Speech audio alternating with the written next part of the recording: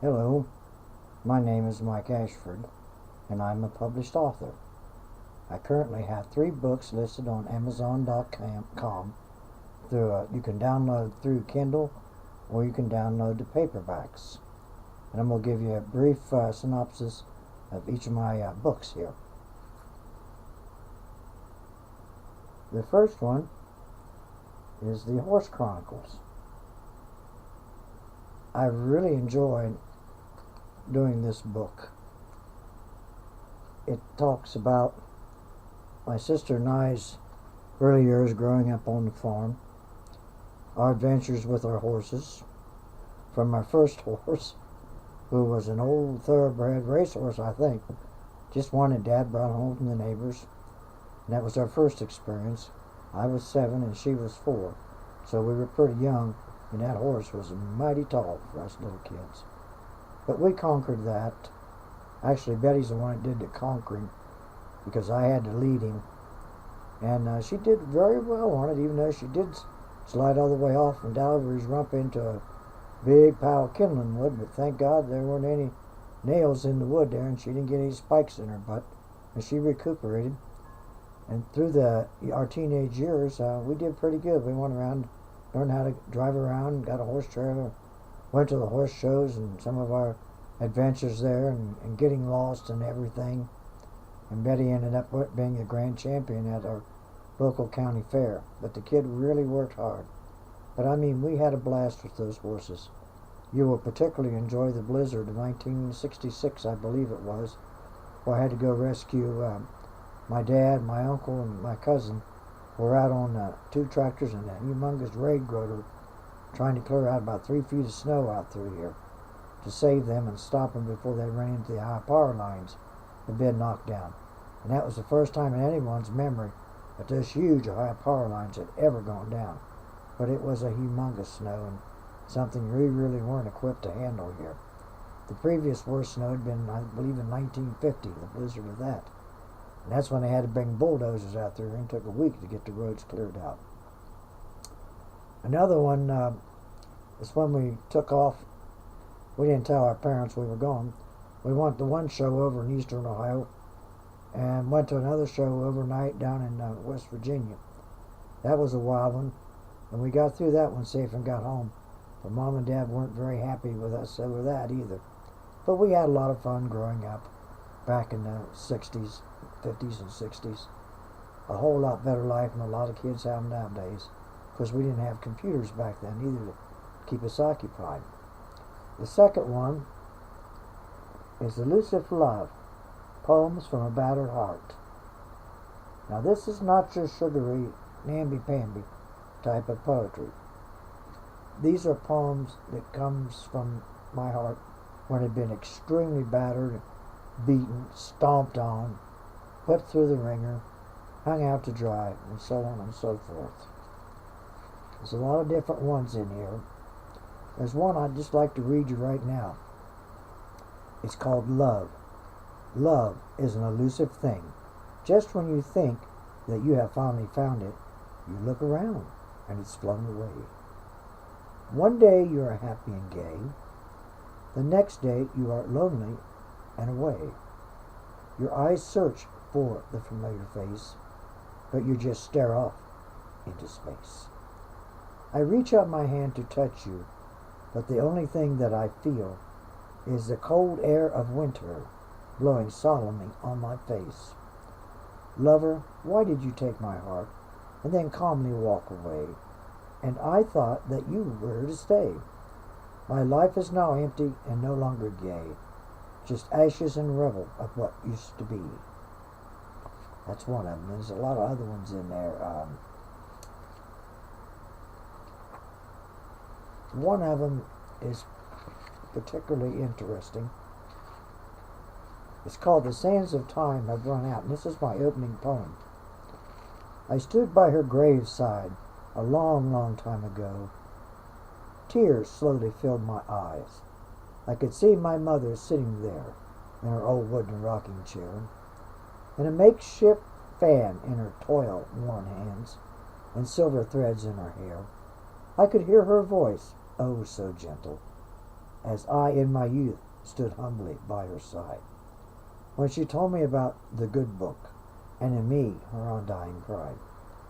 I was just a young lad then, so many dreams to yet fulfill, not knowing that fate would turn my head and all my dreams unveil.